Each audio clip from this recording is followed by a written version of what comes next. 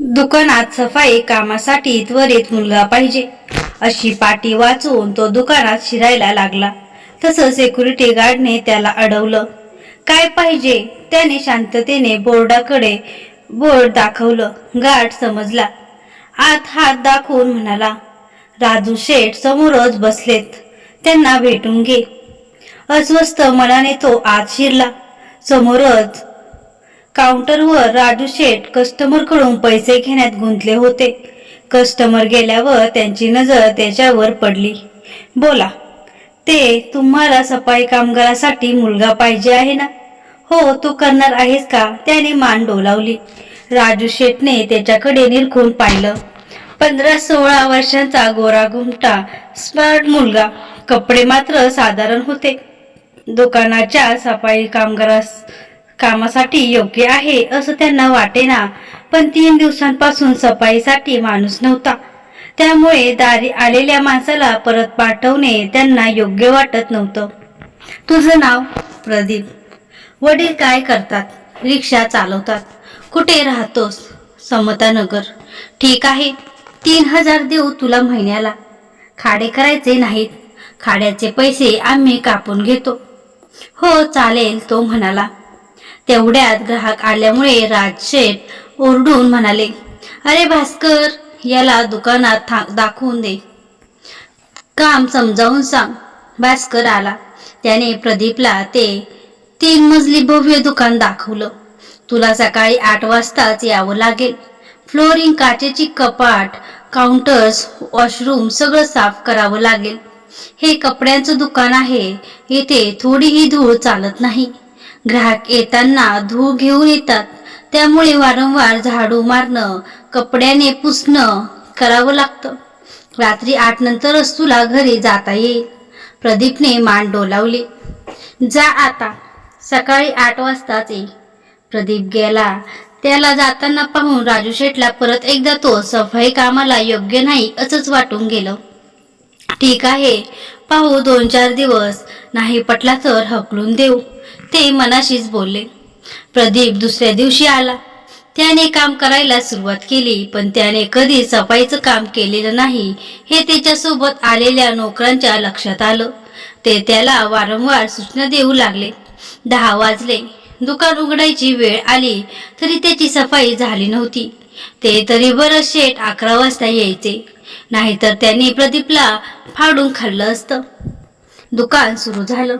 11:30ला भास्कर वॉशरूमकडे जायला निघाला तर वॉशरूमच्या दाराजवळ बसून प्रदीप रडत होता.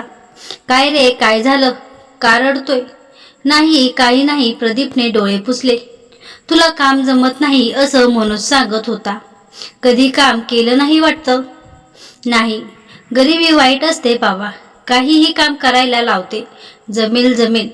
3-4 दिवस हाल होतील, मग सवय होऊन जाईल. काही रडू नको. घरी कोण काम करतं? आई आणि बहीण. तरीच कळलं ना कसा त्रास होतो ते. प्रदीपने मान डोलावली. दुपारी भास्कर कस्टमर नाही असं पाहून जेवायला बसला. त्याचं लक्ष प्रदीपकडे गेलं. काय रे, जेवायचं नाही का? प्रदीपने नकारार्थी मान हलवली. का, डबा नाही आणला का? नाही. ए मग इकडे, आपण दोघंही जेवू नको. मला भूक नाहीये. अशी कशी भूक नाही? सकाळपासून काम करतोय. चल मुकाट्यानं एक खायला. तेवढ्यात 2 सेल्समनही डबा घेऊन आले. प्रदीपचा डबा नाही हे पाहून त्यांनी भाजी आणि 2-2 पोळ्या प्रदीपला एका ताटलीत काढून दिल्या. भूक नाही म्हणणाऱ्या प्रदीपने 5 पोळ्या खाल्ल्या. उद्यापासून डबा आणत जा. काय? भास्करने दम भरला. ते आई आजारी असते त्यामुळे आणता येत नाही. तिघा सेल्समननी एकमेकांकडे पाहिलं. एक जण म्हणाला, काळजी करू नको, आम्ही आणत जाऊ तुझ्यासाठी पण. प्रदीप काही बोलला नाही, पण त्याचे डोळे भरून आल्याचं भास्करच्या लक्षात आलं. 4-5 दिवस प्रदीपला काम जमत नाहीये हे पाहून बाकीच्या सेल्समननी त्याला बरीच मदत केली. कुणी काउंटर पुसून घेतले, कुणी काचेची कपाट साफ केली, तर कुणी पंखे, लाईट्स. आठवडाभरात प्रदीपला बऱ्यापैकी काम जमायला लागलं. पण बाकीच्यांनी मदत करणं सोडलं नाही. राजू शेठला ही गोष्ट माहीत नव्हती, त्यामुळे प्रदीपच्या कामावर ते समाधानी होते. भास्करला त्यांनी 2-3दा त्यांच्याबद्दल विचारलं तेव्हा भास्कर म्हणाला, चांगला आहे पोरगा कामाला, मेहनती आहे. लग्नाचा सीझन होता. ग्राहकांची वर्दळ प्रचंड वाढली. प्रदीपचं कामही वाढलं. वारंवार दुकान झाडणं पुसणं यात दिवस कसा निघून जायचा कळायचं नाही. 15 दिवस झाले आणि अबोल प्रदीप दुकानात रुळला. आता तो मोकळेपणाने बोलत होता. फुरसत असली की तो सेल्समनना मदत करायचा. ढिगाने पडलेल्या साड्या बेडशीटच्या घड्या करून ठेवायचा. ग्राहकांना पसंत न पडलेले रेडीमेड कपडे बॉक्सेसमध्ये व्यवस्थित पॅक करून ठेवायचा. त्याच्या या मदतीमुळे सेल्समन त्याच्यावर खुश होते. महिना झाला. राजू शेठने प्रदीपच्या हातात 3000 ठेवले तेव्हा प्रदीपचे डोळे भरून आल्याचं त्यांना जाणवलं. काय रे, काय झालं? काही नाही, पहिला पगार आहे ना म्हणून. त्याने डोळे पुसले. शेठजींना आठवलं या महिन्यात प्रदीपने एकही दिवस खाडा केला नव्हता. उलट सीझनमुळे कधी रविवारही दुकान सुरू असायचं तेव्हा तो स्वतःहून दुकानात येऊन काम करायचा. त्याच्या कामावर खुश होऊन राजू शेठने त्याचा पगार 4000 करायचं ठरवलं. सोमवार उजडला. राजू शेठ दुकानात आले. देवाच्या फोटोची पूजा करून ते कॅश काउंटरवर बसत नाही तोच प्रदीप त्यांच्याकडे आला. नमस्कार करून म्हणाला, शेठजी, माझे 12वीचे क्लासेस पुढच्या आठवड्यापासून सुरू होत आहेत, तर मी हा आठवड्याचं काम करू शकणार आहे. शेठजींना धक्का बसला. अरे पण तू दुकानात काम करूनही क्लासेस करू शकतो. संध्याकाळी लवकर सोडत जावं आपण तुला. नाही शेठजी, क्लासेस सकाळी आणि संध्याकाळीही असतात.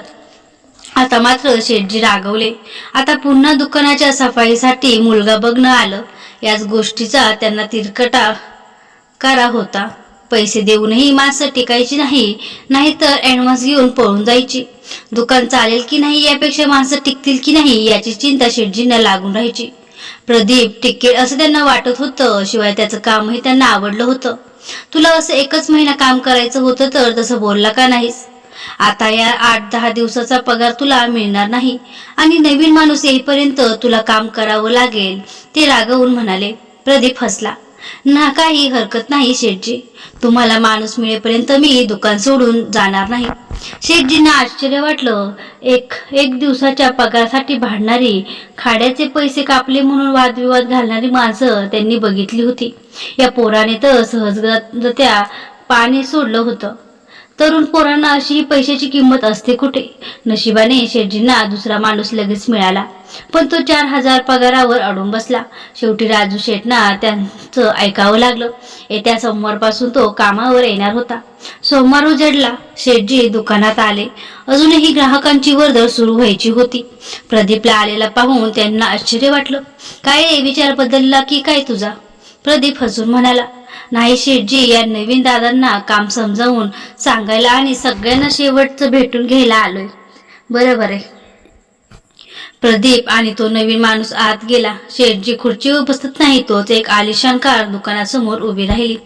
आजची सकाळ एका दांडग्या ग्राहकाने सुरू होणार याचा शेठजींना आनंद झाला. बोला साहेब. ती व्यक्ती आत आल्यावर शेठजी म्हणाले, प्रदीपला घ्यायला आलोय. शेठजींनी एकदा कारकडे पाहिलं. एका मामूली सफाई कामगाराला घेण्यासाठी हा रुबाबदार माणूस एवढी आलिशान कार घेऊन यावा, या माणसाकडे तर प्रदीप कामाला लागला नाही. प्रदीप तुमच्याकडे कामाला लागला की काय? त्यांनी संशयक मनाने विचारलं. नाही, प्रदीप मुलगा आहे माझा. काय, प्रदीप तुमचा मुलगा आहे? तेवढ्यात प्रदीप बाहेर आला. आल्या त्याने वेगाने धावत जाऊन त्या माणसाला मिठी मारली. पप्पा. त्या माणसाने त्याला मिठीत घेतलं आणि तो ढसाढसा रडू लागला. सगळे सेल्समन नोकर जमा झाले. प्रदीपही रडत होता. हे काय गोडबंगल आहे हे कुणाला कळेना. थोड्या वेळाने प्रदीप जरा बाजूला झाला तसा तो माणूस म्हणाला, शेठजी, मी ओंकारनाथ. माझी धुळ्यात चटईची फॅक्टरी आहे. 2 इंडस्ट्रियल वर्कशॉप आहेत. अगोदर मीही एक कामगार होतो. मेहनतीने आणि देवकृपेने फॅक्टरीचा मालक झालो. मी गरिबी पाहिली आहे. कित्येक दिवस उपाशी राहून आयुष्य काढलं आहे. पण आमची मुलं तोंडात चांदीचा चमचा घेऊन जन्माला आली. त्यांना पैशाची, श्रीमंतांची कसली आली आहे किंमत. हा माझा अति लाडवलेला मुलगा माझ्या फॅक्टरीत यायचा. तिथल्या कामगारांवर रुबाब करायचा. लहान मोठा बघायचा नाही. वाटेल ते बोलायचा. माझ्या कानावर मनावर आलं होतं, पण एकुलत्या एक मुलावरच्या प्रेमापोटी मी चूप बसायचो. एक दिवस त्याने मर्यादा सोडली. आमच्या सफाई कामगाराला वॉशरूम नीट साफ केलं नाही म्हणून सगळ्या कामगारांसमोर शिव्या दिल्या. साठी उलटलेला तो माणूस, त्याच्या मनाला ते लागलं. तो माझ्याकडे रडत आला आणि माझा हिशोब करून टाका, मला आता इथे राहायचं नाही असं म्हणू लागला. माझं डोकं सरकलं. मी याला बोलावलं. म्हाताऱ्याची माफी मागायला लावली तर हा आपल्या मस्तीत सरळ माफी मागणार नाही म्हणाला. मी उठून त्याच्या मुस्काटीत मारली आणि त्याला म्हणालो की तुझ्या एवढी मुरगरी आहे ना, तर तू मला महिनाभर सफाईचं काम करूनच दाखव. त्याने माझं चॅलेंज स्वीकारलं, पण आपल्याच फॅक्टरीत सफाई करण्याची त्याला लाज वाटत होती. मला म्हणाला, मी जळगावला जातो आणि तिथे काम पाहतो. मीही संतापात होतो. म्हणाला, तू कुठेही जा, पण हेच काम करायचं आणि महिन्याने मला सांगायचं कसं वाटतं ते. आणि हो, तुझं खाणं पिणं राहणं सगळं तुझं तू बघ. मी त्यासाठी एक पैसाही तुला देणार नाही. त्याच्या एका गरीबी शाळेचा मित्र होता. मित्र जळगावचा समतानगरात राहतो. त्याच्याकडे तो आला. तुमच्या दुकानात कामाला लागला. मला फोन करून त्याने हे सगळं सांगितलं. मला वाईट वाटलं. शेवटी बापाचं पण ते बापाचं पण म्हटलं उतरून दे ह्याची मस्ती. अशीही त्याला सुट्टीच होती. रिकाम्या टाळवाळकी करण्यापेक्षा आयुष्य किती खडतर आहे हे तरी शिकेल म्हणून मी काहीही चौकशी केली नाही. मागच्या आठवड्यात त्याचा फोन आला. खूप रडला. म्हणाला, मी आता खूप सुधारलो आहे. मी आठवड्याने परत येतो घरी. मी म्हटलं, मीच येतो. बघतो तुझं दुकान आणि तू काय काय काम करत होता ते, म्हणून आज मी ते बघायला आणि त्याला घ्यायला आलोय. राजू शेठ ते ऐकून अवाक झाले. म्हणाले, तरीच मला वाटत होतं की हा मुलगा सफाईच्या कामाला योग्य नाहीये, पण हा काम तर छान करत होता. प्रदीप हसला. नाही शेठजी, मला सुरुवातीला काम जमत नव्हतं, पण या सगळ्या काकांनी मला खूप मदत केली. मी डबा आणत नव्हतो कारण मित्राची आई खरंच आजारी असायची, पण महिनाभर त्यांनी त्यांच्या घासातला घास मला भरवला. माझ्याकडून खूप चुका व्हायच्या, पण ते माझ्यावर कधी रागवले नाहीत. मला त्यांनी सांभाळून घेतलं. प्रदीप परत रडायला लागला. तसं भास्करने त्याला जवळ घेतलं. अरे बेटा, आपण सगळेच पोटा पाण्यासाठी नोकरी करतो ना, मग आपण एकमेकांना सांभाळून घ्यायला नको? हो काका, पण मला हे समजत नव्हतं. आता ते कळायला लागले. पप्पा, तुम्ही मला म्हणत होते ना की मला पैशांची श्रमांची किंमत नाही म्हणून. मला इथं आल्यावर मेहनतीची, पैशाची, माणसांची, अन्नाची, सगळ्यांची किंमत कळायला लागली. पप्पा, शेठजींचं पहा ना, त्यांची 3 मोठी दुकानं आहेत जळगावात, पण त्यांना कसलाही गर्व नाही. ते कुणाशीच कधीही वाईट वागले नाहीत. त्यांच्या घरी काहीही कार्यक्रम झाला की ते दुकानात सगळ्यांना मिठाई वाटायचे. बेटा, हेच मला हवं होतं. तुला ते कळलं, यातच मला समाधान वाटतं. चला साहेब, तुम्हाला दुकान दाखवतो. राजू शेठ प्रदीपच्या वडिलांना म्हणाले. आणि भास्कर, जरा सगळ्यांसाठी मिठाई घेऊन यायला सांग. आज एक बिघडलेला मुलगा माणसात आला, याचा मलाही खूप आनंद होतोय. शेठजी, एक विनंती आहे, भास्कर म्हणाला. हं, बोल. आमच्या सगळ्या सेल्समन कडून प्रदीपला पॅन्ट शर्टचं कापड द्यायचं म्हणतोय. त्याचे पैसे आमच्या पगारातून कापून घ्या. अरे वा, चांगलेच. मग अजून एक काम कर, प्रदीपला त्याच्या आवडीचा एक टी-शर्ट काढून दे. माझ्याकडून प्रदीपला गिफ्ट. ते भव्य दुकान पाहून प्रदीपच्या वडिलांना प्रदीपच्या मेहनतीची कल्पना आली. मिठाई खाऊन झाल्यावर ते म्हणाले, चला मंडळी, आता निघायची वेळ आली. तुम्ही सर्वांनी माझ्या या नाठाळ मुलाला सांभाळून घेतलं त्याबद्दल तुमचे मनापासून आभार. आणि हो, पुढच्या महिन्यात प्रदीपचा वाढदिवस आहे. तुम्ही सगळ्यांनी धुळ्याला पार्टीला जरूर यायचं आहे. गाडी करूनच या सगळे. खर्चाची काळजी करू नका. गाडीचा खर्च मी करेन. प्रदीप उठला. सगळ्या सेल्समन आणि नोकरांच्या पाया पडला.